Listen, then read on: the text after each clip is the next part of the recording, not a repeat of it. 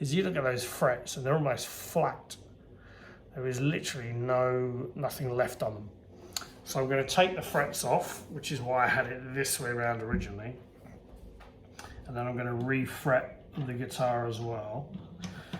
So I've got some frets and I've got some stuff ready to do. So that's the first thing I'm going to do. So let's crack on with that and we'll see how we get on. Okay, so I need to take these frets off. These are the worst ones, but I think as I'm doing it, I might as well probably do all of them, just so that I know then they're all the right height.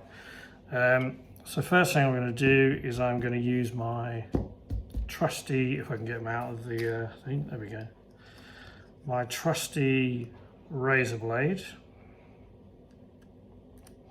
And I've got some bent ones in here that I use to do body work with, and I've got some flat ones. So all I'm going to do with these flat ones is I want to create a little bit of just a ridge under here. I want to make sure that when I get my pliers to lift the frets, I can actually get underneath the frets and pull them out. So what I'm doing, you can see all the gunk coming off of there. So I'm just going to go along and I'm going to score along here just to try and make sure that I can get the pliers under there to get the fret out in a little while. So I'm going to do that, so I'll speed it up and you don't have to watch all of me doing those.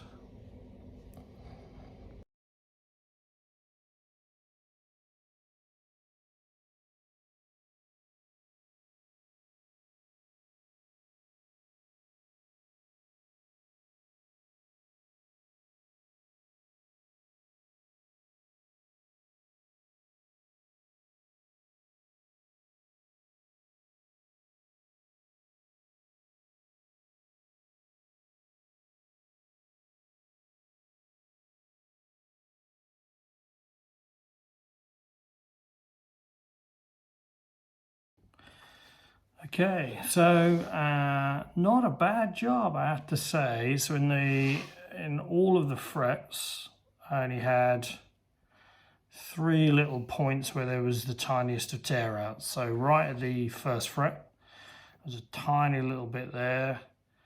There is a tiny little bit here just at the start of the 5th fret.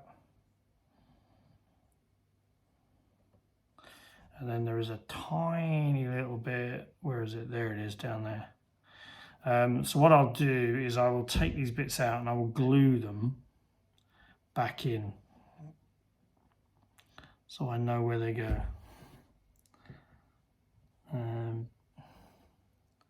Just so that, where did I say that one was?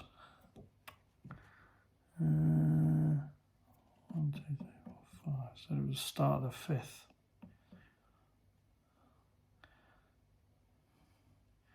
Yeah, I've lost it. Yeah, oh no, there it is. So that one actually I'm not going to take out. I think I'm just going to glue that back in when I do the fret. Alright, so what I need to do now is I need to sand all of this back so that it is nice and smooth again, so that we haven't got any residue from the glue. And then I'll throw these frets away and then we'll start looking at getting the new frets in place.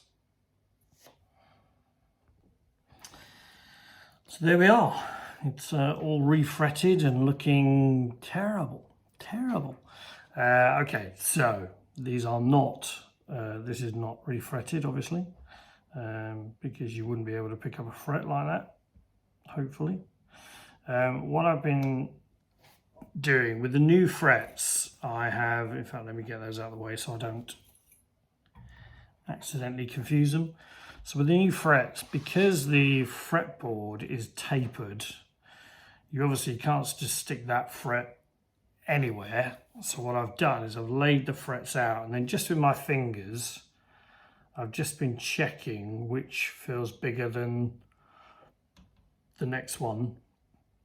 And then I'm laying those in where I feel the right sort of places. So I've got those in the right places. I've got 2 spare frets because just in case we had a 24 fret, is it, I think, or something. So I'll move those out of the way. So what I'm going to do is I'm going to take these frets off and I'm going to keep them in order so I know which ones go where. And then that way I don't make a mess of the fretboard later on by going, oh, that one's in a different place to where it should be. And then that allows me literally to take 1 fret at a time and then pop them back on the fretboard. So let's get those off.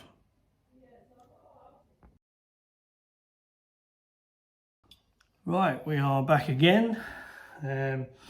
So I have glued in the 2 fragments of rosewood that chipped out the fretboard. So let me see if I can show you them. So you'll see there is a little bit of white kind of marking here. So it took me ages to figure out quite which way the chip went in.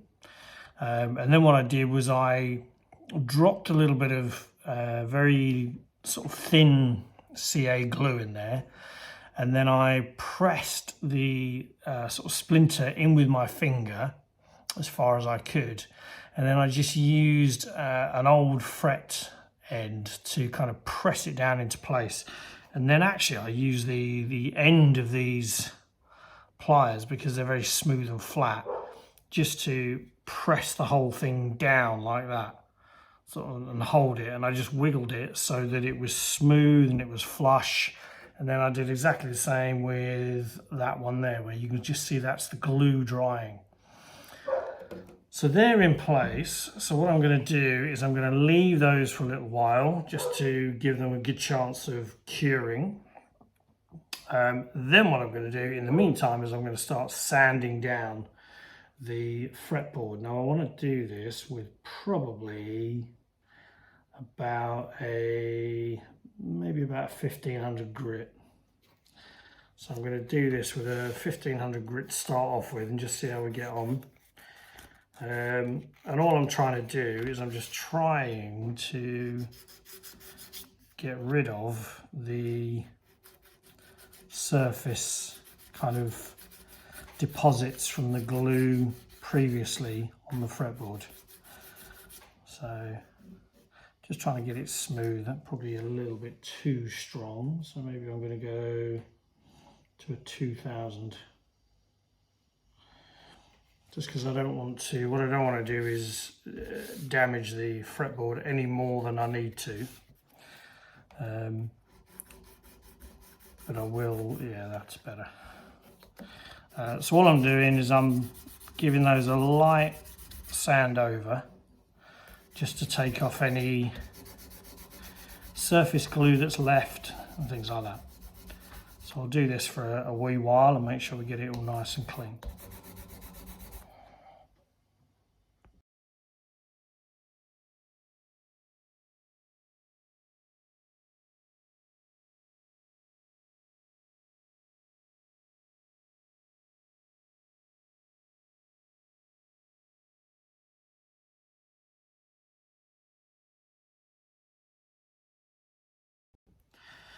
So what I'm going to do is I'm going to leave this, I've given this a light sand, and I'm going to leave these places where I have just glued the shards back in. I'm going to leave those to dry and cure properly, because then what I want to do is I want to give the entire fretboard another sand over, a nice sand over, and also want to try and just remove some of these little pits, just a little bit, not too much, just a little bit. Just to kind of get them a bit flat again, but I don't want to take off too much material. So we'll leave that as it is, and what we'll do is we will move on to the headstock. So what I'll do now is I will undo these. I will take all the headstocks off. I will give them a good clean up. I will look and see whether to get some replacement Yamaha ones so that it's authentic.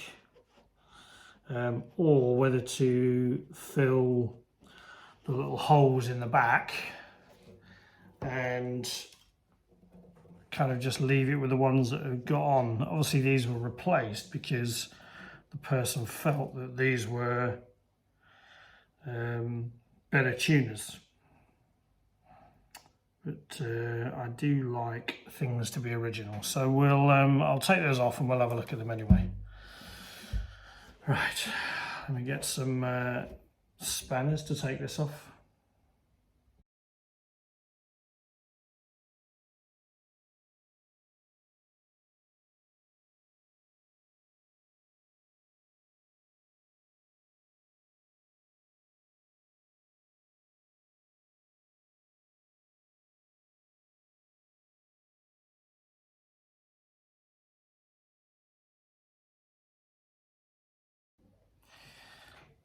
So I've got the tuners off, and I have to say I'm not impressed with the job that whoever changed them did, because what they've essentially done is ordinarily you would pilot drill these little holes just to get your screw, making sure it goes in straight and it's nice and that sort of thing, and they've just, it looks to me like they've used bent screws and they've just like gouged them in there, and just really just unnecessary, really just unnecessary.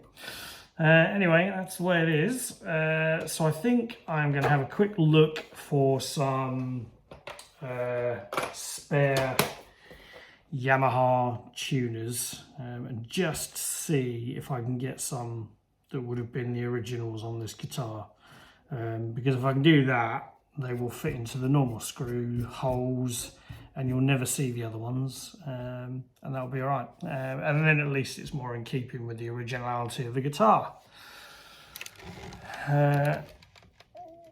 So we made some good progress. So as I say, the frets are out, the little tear outs, chip outs that we've had with the Rosewood are back in, they're glued, which is really good. So we'll sand those and kind of get them smooth later on once they've had a chance to cure. The tuners are off, so really the next thing is to try and get these, source a set of these tuners, and then probably in maybe about an hour we'll start work on putting the frets back in, and then at that point I will also hopefully at some point in the next couple of days I'll have my steamer, so I'll be able to start steaming the body back into shape as well, which will pull the neck back into line, and then we'll be able to have a proper look at the action. So yeah, so let me go and see if I can source a set of tuners, and then the next bit will be that and putting the frets back in.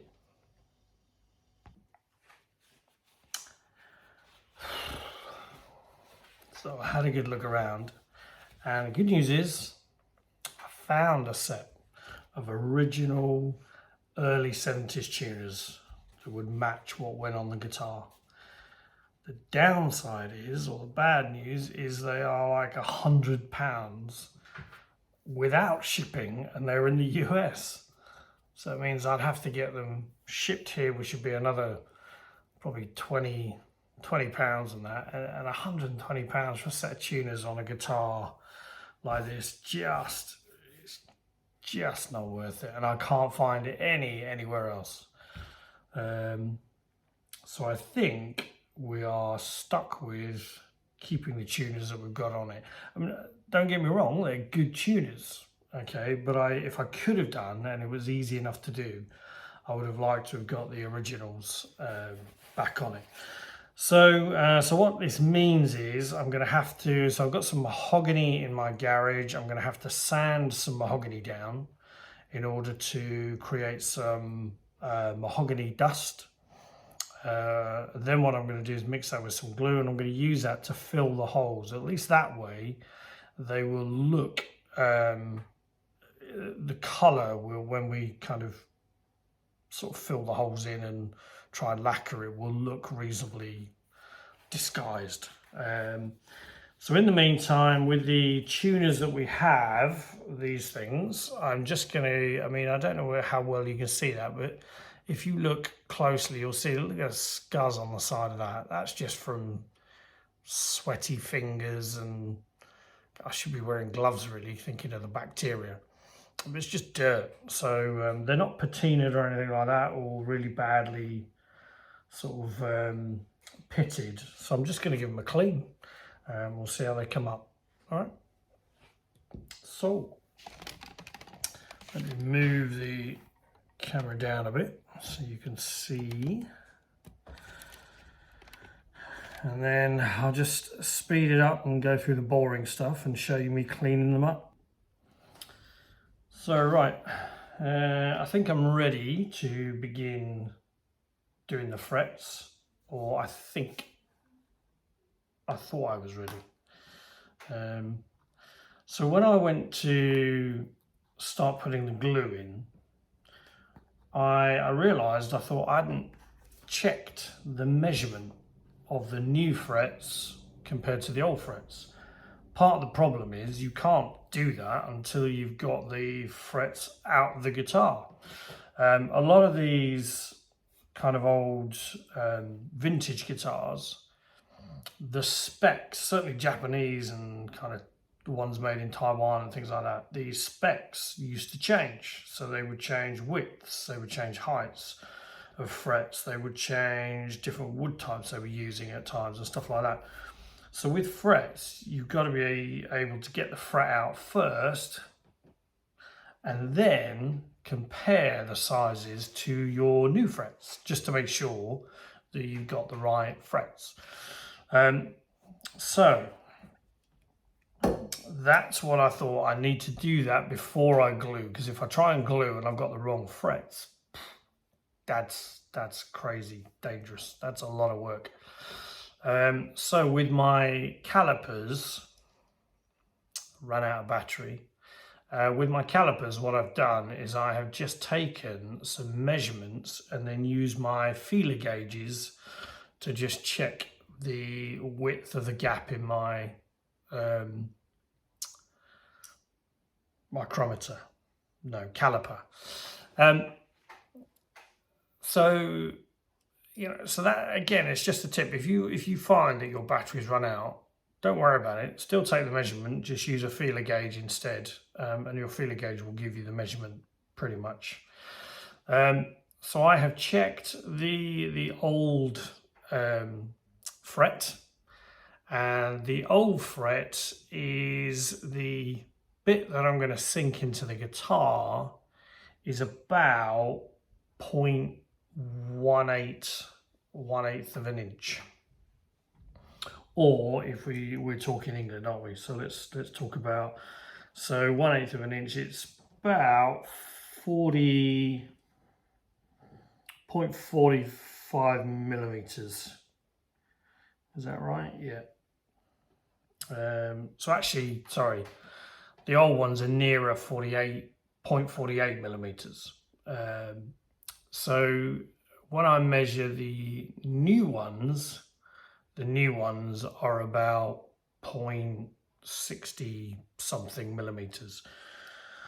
So what does that mean in practical terms? Well, it means that the size of, I don't know whether you'll be able to see this. So if you can see at the bottom of that, it's a bit blurry, but at the bottom of that is a kind of slither of material that sinks into the guitar.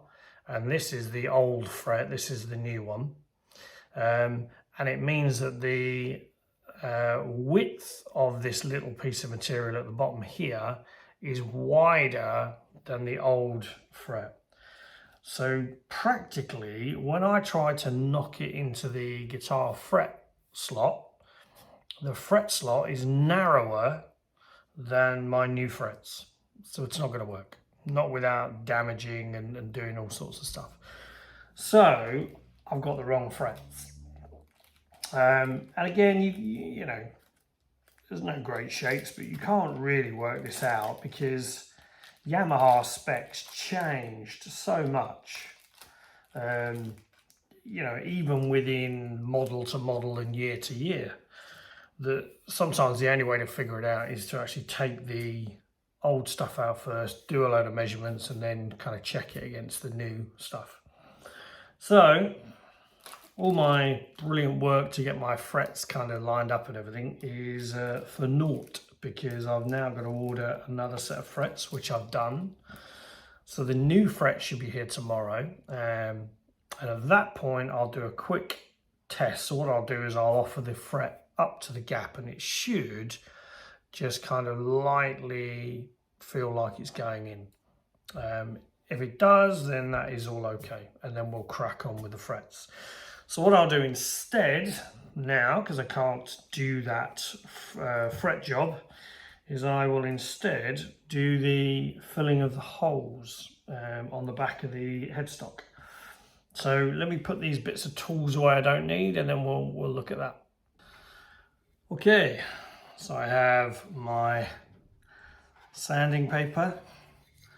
I have my block of mahogany, and I'm just going to sand and sand and sand and sand until I feel like I've got enough dust to then mix with a little bit of glue and kind of make a putty. And then what I'll do is I'll put the putty in the holes to fill the holes up, and then I will use some dye to dye them to kind of match the colour of the headstock.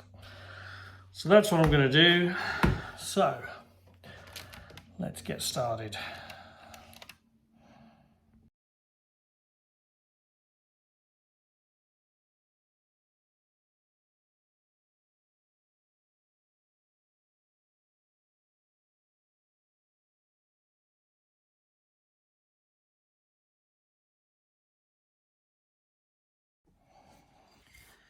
Right, so I think we have more than enough in there. So if you look in there, there's lots of mahogany sawdust. So what I'm going to do is I'm going to mix it with a little bit of tight bond just to create like a putty type paste.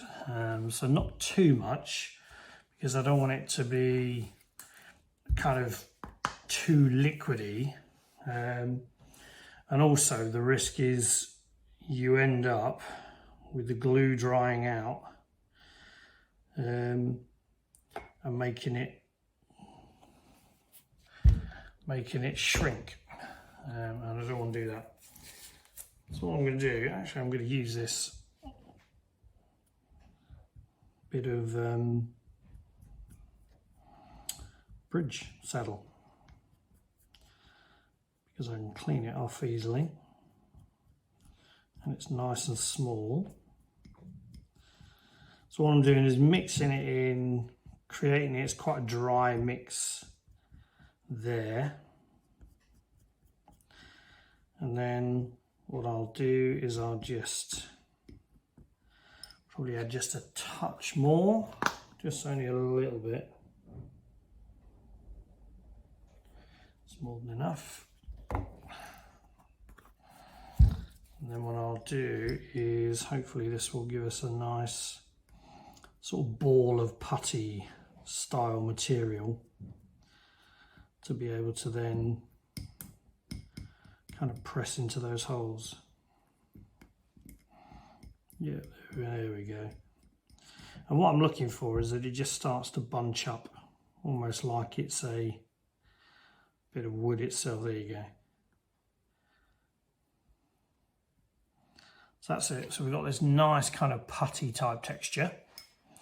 So what I'm going to do now is I'm going to take the tuners off again.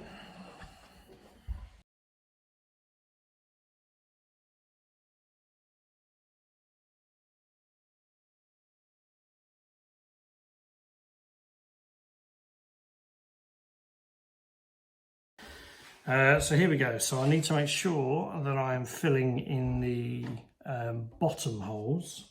So all I'm going to do is I'm going to take a bit of putty.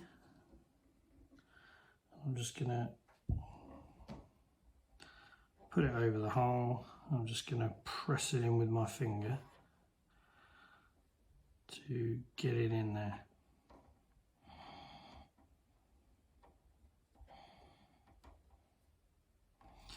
Now it doesn't actually matter if I fill the other hole, because the reality is I'm about to put the screws back in there anyway, and that will just hold the screws in place.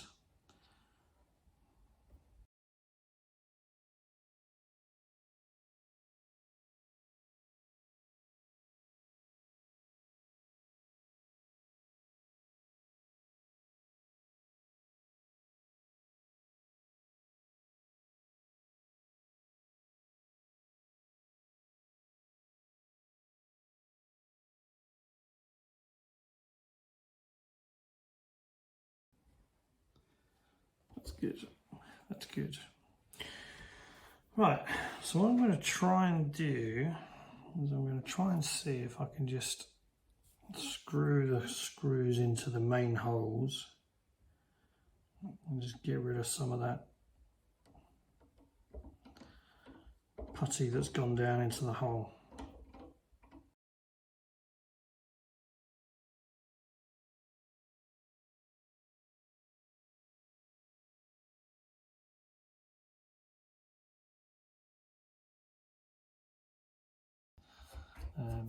So there we are.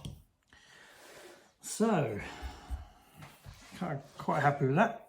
So I'm going to leave that. So I'm going to leave that now for probably a good 24 hours, I would say. And then hopefully they will be glued and set.